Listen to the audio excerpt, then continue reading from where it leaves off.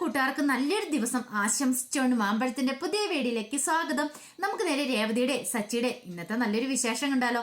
അങ്ങനെ ഇന്നത്തെ വിശേഷത്തില് രവീന്ദ്രനെ കുറിച്ച് വളരെ മോശമായിട്ട് പറഞ്ഞു കഴിഞ്ഞപ്പോ സച്ചിക്ക് അങ്ങോട്ട് ഇഷ്ടപ്പെടില്ല. സച്ചി ഇതിന്റെ പേര് ശ്രുതിയുമായിട്ട് വഴക്കുണ്ടാക്കുന്നുണ്ട്.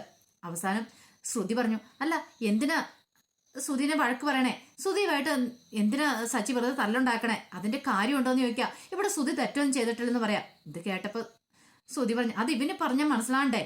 അങ്ങേരെ അയാൾ ഒറ്റ എഴുത്തം കാരണം ഈ പ്രശ്നങ്ങളെല്ലാം ഉണ്ടായത്. എൻ്റെ അച്ഛന് മര്യാദയ്ക്ക് പൈസ തരുമായിരുന്നെങ്കിൽ ഈ പ്രശ്നം ഉണ്ടാവുമായിരുന്നു ചോദിക്കുക. നീ എന്താടാ പറഞ്ഞ അയാളെന്നോ? അച്ഛനെ അയാളെന്നൊക്കെയാണ്ട നീ പറയണേ. സച്ചിക്ക് സഹിക്കാൻ പറ്റുന്നതിൽ അപ്പുറമായിരുന്നു. സച്ചി അങ്ങോട്ട് ചെന്നു, മുമ്പേ ഒരെണ്ണം കൊടുത്തുള്ളൂ. പക്ഷെങ്കിൽ സച്ചിക്ക് തന്റെ കോപം അടക്കി വെക്കാൻ കഴിഞ്ഞില്ല. സച്ചി പിന്നീട് പോയിട്ട് അവന്റെ കയ്യെ പിടിച്ചങ്ങോട്ട് തിരിക്കുവാണ്. നിന്നെ ഞാൻ കാണിച്ചു തരാന്ന് പറഞ്ഞോണ്ട്, ഇത്രയും കാലം നിന്നെ വളർത്തി വലുതാക്കിയിട്ട് ഇപ്പൊ നീ പറയുന്നു ഇയാളെന്നൊക്കെ, നിനക്ക് എങ്ങനെ പറയാൻ തോന്നടാ ഇങ്ങനെ എന്ന് പറഞ്ഞിട്ട് ആ വിരലേൽ ഇങ്ങോട്ട് പിടിച്ച് തിരിച്ചു വിടുവാണ്. സച്ചി എന്റെ കയ്യെന്ന് വിട, എനിക്ക് വേദന എടുക്കുന്നുണ്ടോ പറയുന്നുണ്ട്. പക്ഷെ ഇതൊന്നും കേൾക്കാൻ സച്ചി കൂട്ടാക്കില്ല. ആ വിരല് പിടിച്ച് തിരിച്ചിങ്ങോട്ട് വിടുന്നുണ്ട്. നിന്നെ ഞാൻ കാണിച്ചു തരാടാന്ന് പറഞ്ഞിട്ട് അച്ഛൻ അധ്വാനിച്ചുണ്ടാക്കി 50 ലക്ഷം കൊണ്ട് മുങ്ങിയിട്ട് ഇപ്പാണ് അച്ഛനെ അവൻ കുറ്റം പറയുന്നു, നാണമില്ലാത്തവന് എന്നും പറഞ്ഞിട്ട് ചെയ്യുവാണ്. ഈ സമയത്ത് ശ്രുതിയും രേവതിയിലെ ഇടയ്ക്ക് കയറി സച്ചിനെ പിടിച്ച് മാറ്റാൻ ശ്രമിക്കുന്നുണ്ട്. സച്ചി പക്ഷെ വിട്ടില്ല. അവസാനം ശ്രുതി അയ്യോ പൊത്തോന്നും പറഞ്ഞ് കിടന്ന് കരയുവാണ്. അങ്ങനെ നിലവിളിച്ച് കഴിഞ്ഞപ്പോഴത്തേനും സച്ചി അങ്ങോട്ട് പിടുത്തം വിടുവാണ്. ഈ സമയം ശ്രുതി പറഞ്ഞു, സച്ചി നിനക്കില്ല കുറച്ച് മര്യാദ പോലും ഇല്ലേ? രേവതിയോട് പറഞ്ഞു, അതെ ആദ്യം ഇവനെ മര്യാദ പഠിപ്പിക്കുക, കണ്ടില്ലേ എങ്ങനെ പെരുമാറണമെന്ന് പോലും അറിയത്തില്ല. ഇതേ ഒരു കാര്യം ഞാൻ പറഞ്ഞേക്കാം, ശ്രുതിക്ക് എന്തെങ്കിലും സംഭവിച്ചുണ്ടല്ലോ ഞാൻ വെറുതെ ഇരിക്കില്ല എന്ന് പറയാണ്. ഇതും പറഞ്ഞുകൊണ്ട് ശ്രുതിയുടെ അടുത്തേക്ക് ശ്രുതി എന്നിട്ട് എന്ത് പറ്റിയെന്ന് ചോദിക്കുക. എൻ്റെ കൈ ഭയങ്കരമായിട്ട് വേദന എടുക്കുന്നുണ്ട്, ഫ്രാക്ചർ ആയെന്ന് തോന്നുന്നു, വാ നമുക്ക് പോകാമെന്ന് പറഞ്ഞുകൊണ്ട് അങ്ങോട്ട് കൂട്ടിക്കൊണ്ട് പോവാം. പോകുമ്പോൾ ശ്രീകാന്തിനോടായിട്ട് പറഞ്ഞു, അതെ ഇങ്ങനെയുള്ള ആൾക്കാരുടെ കൂടെ ഇനിയെങ്കിലും ഞങ്ങളെ ഫുഡ് കഴിക്കാനൊന്നും വിളിക്കരുത്, കണ്ടില്ലേ മാനേഴ്സ് എന്താന്ന് പോലും അറിയത്തില്ല, എന്നിട്ട് വന്നിരിക്കുന്നു എന്നും പറഞ്ഞുകൊണ്ട് സുധീനെ പിടിച്ച് ഹോസ്പിറ്റലിലേക്ക് പോകാമെന്ന് പറഞ്ഞുകൊണ്ട് അങ്ങോട്ട് പോവാണ്. ഈ സമയത്ത് സച്ചിക്ക് ദേഷ്യം അടങ്ങിയിട്ടുണ്ടായിരുന്നില്ല. സച്ചി ദേഷ്യപ്പെട്ട് പുറത്തേക്ക് ഇറങ്ങി പോവാം. അപ്പൊ ആ പുറകെ തന്നെ രേവതിയും ചെല്ലുക. അവൻ കാണിച്ച പരിപാടി കണ്ടില്ലേ, അച്ഛന്റെ പൈസ മേടിച്ചെടുത്തിട്ട് അച്ഛനെ കുറ്റം പറയുന്നു. അവന് നാണമുണ്ടോ? നാണമുള്ളവനാണെങ്കിൽ അവന് 50 ലക്ഷം കൊണ്ട് അച്ഛന് തിരികെ കൊടുത്തേനാ. ഒരാഴ്ച മുഴുവൻ അച്ഛൻ കഷ്ടപ്പെട്ട് പൈസയാ. എനിക്ക് ദേഷ്യം അടക്കാൻ പറ്റുന്നില്ല. അവന്റെ കൈയല്ലായിരുന്നു, അവന്റെ കഴുത്തായിരുന്നു വെട്ടിക്കളയണ്ടേ. എനിക്ക് അത്ര ദേഷ്യമുണ്ട് അവനെ കൊല്ലാനായിട്ടുള്ള. കണ്ടു എൻ്റെ കയ്യിൽ എപ്പോഴേലും കിട്ടും.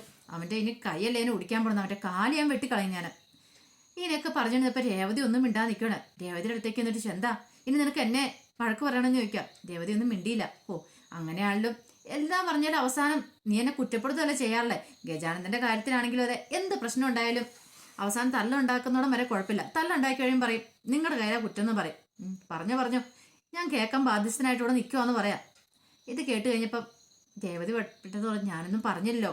അല്ല തല്ല് കൊടുത്തതിന് നീ ഒന്നും പറഞ്ഞില്ല. തല്ല് കൊടുക്കണമായിരുന്നു, അത് പക്ഷെ ഇപ്പോഴല്ല. അവൻ പറഞ്ഞില്ലേ, ആ സുധി എന്ന് പറയുന്നവൻ പറഞ്ഞില്ലേ സഹതാപ കല്യാണമെന്ന്, ആ സമയത്ത് വേണമായിരുന്നു അവനെ തല്ലാനായിട്ട്. പക്ഷേങ്കിൽ അച്ഛനെ പറഞ്ഞു കഴിഞ്ഞപ്പോഴല്ലേ നിങ്ങൾ കൊണ്ടേ, എന്നെ പറഞ്ഞു കഴിഞ്ഞപ്പോൾ ഒന്നും കൊണ്ടില്ലോ എന്ന് ചോദിക്കാം. ഇത് കേട്ടപ്പോഴത്തേനും സച്ചിയുടെ മുഖം കൂടെ മാറി. സച്ചി പറഞ്ഞു, അതിനും കൂടെ കൂട്ടിയിട്ടാണ് ഞാൻ അവനോട് കൊടുത്തതെന്ന് പറയാം. അല്ലെങ്കിലും അവന് ചേരുന്ന പെണ്ണെ തന്നെ കിട്ടിയേക്കുന്നത്. അവള് പറഞ്ഞു കേട്ടില്ലേ സഹതാപ കല്യാണമാണ് പോലും. ചട്ടിക്കൊത്ത ശങ്കരൻ എന്ന് പറഞ്ഞ പോലെ അമ്മ എന്താണ് കണ്ടുപിടിച്ച് കൊണ്ടുവന്ന ആള് കൊള്ളാം. രണ്ടുപേർക്കും ജോഡിയായിട്ടാ കൊണ്ടുവന്ന് വെച്ചിരിക്കുന്നത്. അവൻ എന്ത് തെറ്റ് ചെയ്താലും അതിനൊക്കെ കൂട്ടിരിക്കുന്നൊരു ഭാര്യ. ഇത് കേട്ടപ്പോൾ രേവതി പറഞ്ഞു, വെറുതെ എന്തിനാ ഇനിയിപ്പോൾ ആ കാര്യമൊന്നും പറഞ്ഞ് നമ്മൾ വഴക്കുണ്ടാക്കണമെന്ന് പറയാം. സച്ചു പറഞ്ഞു, എനിക്ക് വിശക്കാനും തുടങ്ങി, എന്നാ ഒരു ഫുഡ് കഴിക്കാന്ന് ഓർത്ത് വന്ന, അത് കഴിക്കാനും പറ്റിയില്ല. ബാ നിനക്ക് വിശക്കുന്നില്ലേ, ഞാൻ പുറത്തുനിന്ന് ഫുഡ് മേടിച്ചു തരാമെന്ന് പറയണം. വേണ്ട എനിക്ക് വിശക്കണില്ല, എനിക്ക് വീട്ടിൽ പോയാൽ മതി എന്ന് പറയും. അതെങ്ങനെ ശരിയാന്നേ, ഫുഡ് കഴിക്കാതെ പോയാലോ? വീട്ടിൽ പോയിട്ട് കഴിക്കാം. ഇനിയിപ്പോൾ വീട്ടിൽ എന്താ അവസ്ഥയെന്ന് അറിയത്തില്ല, അമ്മയുടെ സ്വഭാവം അറിയാലോ. ഇനിയിപ്പം സുധയുടെ കൈവിരൽ എന്തെങ്കിലും പറ്റിയിട്ടുണ്ടെങ്കിൽ അങ്ങോട്ട് ചെല്ലുമ്പോൾ അമ്മയുടെ തനി നിറം നമ്മൾ കാണുന്നു പറയണം. എന്ത് ചെയ്യാനാ അമ്മ എന്തേലും പറഞ്ഞോണ്ടിങ്ങോ വരട്ടെ, ബാക്കി പറയാൻ എനിക്കറിയാം. നീ കയറ്, വഴിയിൽ നിന്ന് പഴമോ അങ്ങനെ എന്തെങ്കിലും വാങ്ങിച്ചുകൊണ്ട് പോവാം, വീട്ടിൽ പോയി കഴിക്കാം, അതോ ഇനിയിപ്പോൾ ഒരു നിവൃത്തി കാണുന്നുള്ളൂ എന്നും പറഞ്ഞ് അവരിങ്ങോട്ട് പോവാണ്. പിന്നീട് കാണിക്കുന്ന വീട്ടിലെല്ലാവരും ഇരിക്കുകയാണ്. അങ്ങനെ രേവതിക്ക് സച്ചിക്കും വേണ്ടി വെയിറ്റ് ചെയ്തിരിക്കുകയായിരുന്നു. അങ്ങനെ അവർ വന്നപ്പോഴത്തേനും ചന്ദ്രമതിക്ക് അങ്ങോട്ട് സഹിച്ചില്ല. ഇവരെ കണ്ടു കഴിഞ്ഞപ്പോഴത്തേനും ചന്ദ്രമതി പറഞ്ഞു, നാണമില്ലാതെ വന്ന് ഇരിക്കുന്നത് കണ്ടില്ലേ, അവന് യാതൊരു ഉൾപ്പുണ്ടോ എന്ന് നോക്കിയേ, കാണിച്ചു വെച്ചിരിക്കുന്നത് എന്താ എന്ന് രവീന്ദ്രനോട് പറഞ്ഞ് ചൂടാവുകയാണ്. രവീന്ദ്രൻ, നീ ഒന്ന് അടങ്ങ് ചന്ദ്രേ, നീ എന്തിനാ ഇങ്ങനെ കടന്ന് ഇങ്ങനെ പറഞ്ഞുകൊണ്ടിരിക്കണേ? പിന്നെ ഇത് കണ്ടു കഴിയുമ്പോൾ എനിക്ക് സഹിക്കാൻ പറ്റുമോ? പാവം എൻ്റെ ശ്രുതി, അവരുടെ കൈ കണ്ടിട്ട് എനിക്ക് സഹിക്കാൻ പറ്റുന്നില്ലെന്ന് പറയാം.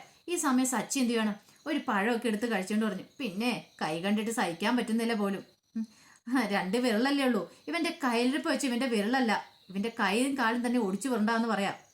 ഇത് കേട്ടപ്പം പെട്ടെന്ന് ചന്ദ്രമതിക്ക് ദേഷ്യം അടക്കാൻ പറ്റിയില്ല. ശ്രീകാന്തിനോട് ചോദിച്ചു, നീ എന്തിനാണ് ഇവറ്റകളെയൊക്കെ വിളിച്ചത് അങ്ങോട്ട്? ട്രീറ്റ് കൊടുക്കാനാണ് പോലും. ഇതുപോലെ ഉള്ളത്തിനെയൊക്കെ വിളിക്കേണ്ട ആവശ്യം ഉണ്ടായിരുന്നോ? നിനക്ക് ട്രീറ്റ് കൊടുക്കാനാണെങ്കിൽ ശ്രുതിനെ വിളിച്ച് ട്രീറ്റ് കൊടുത്താൽ പോരായിരുന്നോ? ഇവനൊക്കെ അതിന് പറ്റിയ ആൾക്കാരാണോ? ഇവനൊന്നും അന്ന് പറഞ്ഞിട്ടുള്ള കാര്യമല്ല, എങ്ങനെ പെരുമാറണമെന്ന് പോലും അറിയത്തില്ല. ഇത്രയും വലിയൊരു ക്രൂരന്റെ കൂടെയാ എന്റെ മോൻ ശ്രുതി പാവം ചെന്ന് കയറി കൊടുത്തത്. കണ്ടോ, ഇതിനായിട്ടുള്ള ശിക്ഷ നിനക്ക് കിട്ടുമെന്ന് പറയാം.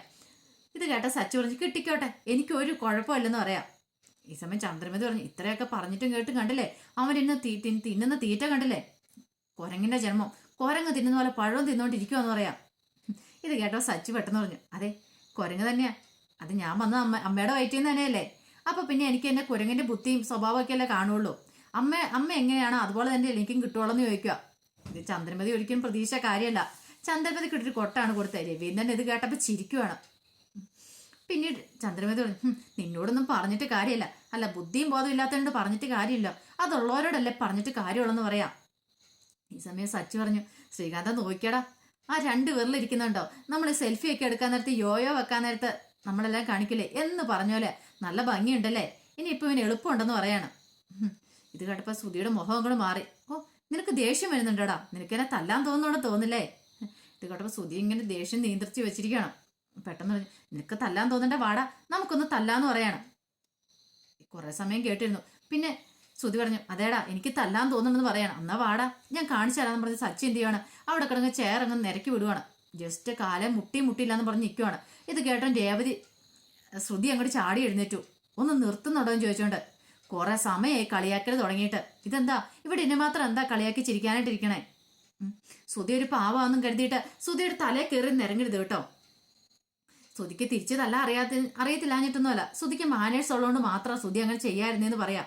സച്ചി പറഞ്ഞു, മാനേഴ്സാ ഇവനാ, അത് കൊള്ളാന്ന് പറയണം. ശ്രുതി പറഞ്ഞു, ഞാൻ ഇത്രയൊന്നും കരുതിയില്ല, കാരണം ഈ കുടുംബത്തിലേക്ക് കയറി വന്ന സമയത്ത് സച്ചിനെ കണ്ടു കഴിഞ്ഞപ്പോ ഇത്രമാത്രം ക്രൂരനാന്ന് ഞാൻ വിചാരിച്ചില്ല. ഒരു പാവാന്ന് വിചാരിച്ചു. കള്ളു കുടിച്ച് ബഹളം ഉണ്ടാക്കുമെങ്കിലും ഇത്രമാത്രം പെരുമാറുമെന്നും അറിയത്തില്ല. ചേട്ടനല്ലേ, ആ ഒരു ഇതെങ്കിലും കാണിക്കണ്ട, ഒരു പരിഗണനയെങ്കിലും അതുപോലും ഇല്ലാതെയല്ലേ ഇങ്ങനെ കാണിച്ചു വെച്ചേന്ന് പറയാം.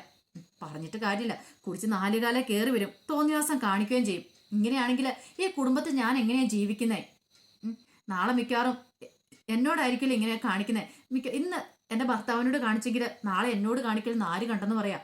ഇത് കേട്ടാൽ രേവതിക്ക് അങ്ങോട്ട് സഹിച്ചില്ല. രേവതി പറഞ്ഞു, അതെ ഇദ്ദേഹം ചെയ്തതിൽ എന്താ തെറ്റിരിക്കുന്നേ? അങ്ങനെ ചെയ്തെങ്കിൽ അതിന് വ്യക്തമായൊരു കാരണമുണ്ട്, എന്തുകൊണ്ടാണ് അങ്ങനെ ചെയ്തേ? വെറുതെ ഒന്നും അല്ലല്ലോ. ഈ സമയം ശ്രുതി പറഞ്ഞു, എല്ലാവരുടെയും മുന്നേ നാണം കെട്ടമ്മയെന്ന് പറയാണ് ചന്ദ്രമതിയോട്. എൻ്റെ മോളെ എന്ത് ചെയ്യാനാ എൻ്റെ അമ്മേ, അവിടെ ആൾക്കാരെല്ലാം നോക്കി നിൽക്കുമായിരുന്നു, അത്ര ആൾക്കാരുടെ മുന്നിൽ വെച്ചാൽ നാണം കിട്ടി നിന്നേ, അറിയാവോ? അത് പറഞ്ഞ ഇവർക്ക് മനസ്സിലാകണ്ടെന്ന് ചോദിക്കുക. സച്ചി പറഞ്ഞു, നാണം കേട്ടോ, അന്നെങ്കിൽ ഇതിനേക്കാളും വലിയ നാണക്കേടാ ഇവൻ 50 ലക്ഷം കൊണ്ട് ഓടിപ്പോയി കഴിഞ്ഞപ്പോഴേ അന്ന് ഞങ്ങൾ അനുഭവിച്ചേ. അതെന്താ മനസ്സിലാക്കാത്തെ? ദേവതനെ കതിർമണ്ഡപത്തിൽ ഇട്ടിറങ്ങിയിട്ട് ഇവന് ഓടിപ്പോയപ്പോഴേ എത്രമാത്രം ആൾക്കാരുടെ മുന്നിലാണെന്നറിയാവോ? അതിന്റെ പകുതി നാണക്കേട്, 4-1 പോലും നാണക്കേട് ഉണ്ടായോ എന്ന്. എന്നിട്ട് വലിയ നാണക്കേടിന്റെ കഥയും പറഞ്ഞുകൊണ്ട് വന്നിരിക്കുന്നു. ഭർത്താവിനോട് ചോദിച്ചു നോക്കാൻ പറയാം. ഈ സമയം ശ്രുതി പറഞ്ഞു, എനിക്കൊന്നും അറിയണ്ടെന്ന് പറയാണ്. ദേവത പറഞ്ഞു, അതെ അതറിഞ്ഞില്ലെങ്കിലും ഇന്ന് നടന്ന കാര്യങ്ങളൊക്കെ അറിയണം. അദ്ദേഹം വെറുതെ അല്ലോ തല്ലിയത്. എന്തിനാ തല്ലിയത്? അച്ഛനെ കുറിച്ച് വളരെ മോശമായിട്ട് പറഞ്ഞനല്ലേ തല്ലിയത്. അതെന്താ മനസ്സിലാക്കാത്തെ? ഇത് കേട്ടപ്പത്തേനും ശ്രുതിയുടെ നാവം കടഞ്ഞു. രവീന്ദ്രൻ ഇങ്ങനെ നോക്കണം. അപ്പൊ തന്നെ കുറിച്ച് എന്തോ പറഞ്ഞുകൊണ്ടാണ് സച്ചി കയറി ഇടപെട്ടേന്ന് മനസ്സിലായി. ഈ സമയം ശ്രുതി പറഞ്ഞു, അതിനിങ്ങനെയാണോ കാണിക്കണ്ടേ? ഒന്ന് ചേട്ടനായെന്ന പരിഗണന പോട്ടെ, ഇത്ര വിദ്യാഭ്യാസമൊക്കെ ഉള്ള ആളല്ലേ, അതിൻ്റെതായ ബഹുമാനം കൊടുക്കണ്ടേന്ന് പറയാം. രേവതി പറഞ്ഞു, വിദ്യാഭ്യാസം ഉണ്ടായിട്ട് കാര്യമില്ല, അതിനുള്ള വിവേകവും ബോധവും ഒക്കെ വേണം. കുറച്ച് വിദ്യാഭ്യാസവും ഡിഗ്രിയും കൈവച്ചുകൊണ്ട് കാര്യമില്ലെന്ന് പറയണം. സച്ചി പറഞ്ഞു, ശരിയാ. ആ രേവതി പറഞ്ഞു, 100% ശരിയാന്ന് പറയാം. ഈ സമയം ചന്ദ്രമതി ഇടയ്ക്കേക്ക് കേട്ടു പറഞ്ഞു, ഓഹോ അപ്പൊ നീയും തലപൊക്കി തുടങ്ങിയില്ലേ? നീ എന്ത് കണ്ടാ അഹങ്കരിക്കുന്നേ? സച്ചിയുടെ ബലത്തിൽ കിടന്നായിരിക്കും നീ ഇവിടെ കിടന്ന് തുള്ളിച്ചാടുന്നില്ലേ? അധികം നീ ഇവിടെ കിടന്ന് നിഗളിക്കണ്ടെന്ന് പറയാം. ഇത് കേട്ടാ സച്ചി ചോദിച്ചു, അതെന്താ? അവിടെ ശ്രുതിക്ക് മാത്രം ഇവിടെ പറയാനായിട്ട് വോയിസ് ഉള്ളോ? രേവതിക്ക് സംസാരിച്ചാൽ എന്താ കുഴപ്പം? ഇത് കേട്ടതും ചന്ദ്രമതിക്ക് ഇഷ്ടപ്പെടില്ല. നീ ഇവളും കൂടി ചേർന്ന് മനഃപൂർവ്വം എന്റെ മോനെ ശരിയാക്കാൻ എനിക്ക് അറിയത്തില്ല. മിക്കവാറും ഇവളായിരിക്കും പറഞ്ഞു തന്നില്ലേ സുധീനെ തല്ലാനായിട്ട്. ഇവള് പകരം വീട്ടിലായിരിക്കും. എന്നിട്ട് കൂട്ടുപിടിച്ച് ഭർത്താവുമായിട്ട് ചേർന്നിട്ട് എന്റെ മോനെ ആ പരിവാക്കി വിട്ടിരിക്കുന്നു. ധ്യാനങ്ങൾ പൊറുക്കാനൊന്നും പോകുന്നില്ല. മര്യാദയ്ക്ക് ഇരുന്നോണം. എന്റെ തനി സ്വരൂപം നിനക്ക് അറിയില്ലെന്ന് പറയാം. സച്ചി പറഞ്ഞു, അതെ കൂടുതലൊന്നും അറിയാനൊന്നുമില്ല, എനിക്ക് നിങ്ങളെക്കുറിച്ച് നന്നായിട്ട് അറിയാമെന്ന് പറയാം. ഈ സമയത്ത് സുധിക്ക് നല്ല ദേഷ്യം വന്നു. സുധിയുടെ മുഖത്തെ ദേഷ്യം കണ്ടപ്പം പെട്ടെന്ന് പറഞ്ഞു, നീയേ ഇത്ര വലിയ ആളാണെങ്കിൽ നീ ഒരു കാര്യം ചെയ്യാം, ആദ്യം എൻ്റെ 50 ലക്ഷം രൂപ തരാൻ പറയാണ്. തന്നില്ലെങ്കിൽ നീ എന്നെ ചെയ്യും, തന്നില്ലെങ്കിൽ എന്നെ ഞാൻ കാണിച്ചു തരാം, എന്നാ തല്ലടാന്ന് പറയണം. സുധി പെട്ടെന്ന് പറഞ്ഞു, അതെ തരാൻ സൗകര്യമില്ല. ഇത് പറഞ്ഞപ്പോഴത്തേനും നല്ല ദേഷ്യം വന്നു സച്ചിക്ക്. സച്ചി പറഞ്ഞു, നീ എന്താടാ പറഞ്ഞേ, അച്ഛൻ്റെ പൈസ അടിച്ചു മാറ്റിക്കണോ, പിന്നെ നീ തറുതല പറയുന്നോ എന്ന് ചോദിച്ചോണ്ട് അങ്ങ് ചെന്നിട്ട് ആ വിരളെ പിടിച്ച് വീണ്ടും തിരിക്കാൻ ശ്രമിക്കണം. സുധിക്ക് വേനെടുത്ത് സുധി കിടന്ന് അലറി കരയുവാണ് അങ്ങോട്ട്. നിന്റെ വിരലല്ലായിരുന്നു, നിന്റെ കൈ മുഴുവൻ ഒടിച്ചു കൊണ്ടായിരുന്നു എന്നും പറഞ്ഞോണ്ട് അങ്ങോട്ട് ചെല്ലുവാണ്. പെട്ടെന്ന് അങ്ങോട്ട് രവീന്ദ്രൻ ചാടി എഴുന്നേറ്റു. ഒന്ന് നിർത്തുന്നുണ്ടോ ചോദിച്ചും കൂടി എഴുന്നേക്കുവാണ്. എല്ലാവരും ഒരു നിമിഷം നിന്നു. അല്ല, ഞാൻ ഇവിടെ നിൽക്കുന്നതായിട്ട് നിനക്ക് എന്താ തോന്നുന്നേ? ഞാൻ മന്ദബുദ്ധിയാന്ന് തോന്നുന്നുണ്ടോ, അതോ എനിക്ക് കണ്ണു കാണത്തില്ല ചെവിയും കേൾക്കത്തില്ലെന്ന് തോന്നുന്നുണ്ടോ? ഞാൻ നിങ്ങളുടെ അച്ഛനാ, ആ ഒരു സ്ഥാനം തന്നില്ലെങ്കിലും ഒരു പ്രായത്തിന് മൂത്ത ആളാന്നൊരു ബഹുമാനമെങ്കിലും താ, അത് പോലും ഇല്ലാതെ നിങ്ങളിങ്ങനെ കിടന്ന് പോരടിക്കുന്നത് നാണമില്ലെന്ന് ചോദിക്കുക. സച്ചി പറഞ്ഞ, അച്ഛ ഇവന് നീ കൂടെ നിന്നും മിണ്ടണ്ടെന്ന് പറയാണ്. ശ്രീകാന്ത് പറഞ്ഞു, സച്ചിയേട്ടൻ മിണ്ടായിരിക്കാൻ പറയണം. അല്ല, എനിക്കൊരു പരിഗണനയും തരുന്നില്ല, നിങ്ങൾ മക്കളല്ലേ, എന്നിട്ടാണ് ഇങ്ങനെ കിടന്ന് തമ്മി തല്ലുന്നേ. ഈ കണ്ട ഈ ചന്തയിലൊക്കെ പോയി കിടന്ന് അടിപിടി കൂടുന്ന പോലെ വീട്ടിൽ വന്ന് കിടന്നു. ഞാൻ റിട്ടയർ ആയി കഴിഞ്ഞപ്പോൾ എനിക്കൊരു സമാധാനം കിട്ടുമല്ലോ എന്ന് പ്രതീക്ഷിച്ചു. പക്ഷെ എനിക്ക് ഒരു ദിവസമെങ്കിലും പോലും ഈ കുടുംബത്തിൽ സമാധാനം ഉണ്ടായിട്ടില്ല. ചെറുതായിരുന്ന സമയത്ത് നിങ്ങൾ അടിപിടി കൂടുമ്പം കണ്ടു നിൽക്കുന്നവർക്ക് പ്രത്യേകിച്ചൊന്നും തോന്നത്തില്ല, പിള്ളേരാണല്ലോ എന്ന് കരുതാം. പക്ഷെ ഇപ്പോഴങ്ങനെയല്ല, നിങ്ങൾ ഇത്രയും വലിയ ആൾക്കാരാ, ആ ഒരു ചിന്തയും ബോധം നിങ്ങൾക്ക് വേണം. അല്ലാതെ ചുമ്മാ ഇങ്ങനെ കിടന്ന് അടിപിടി കൂടിയിട്ട് കാര്യമില്ലെന്ന് പറയാം.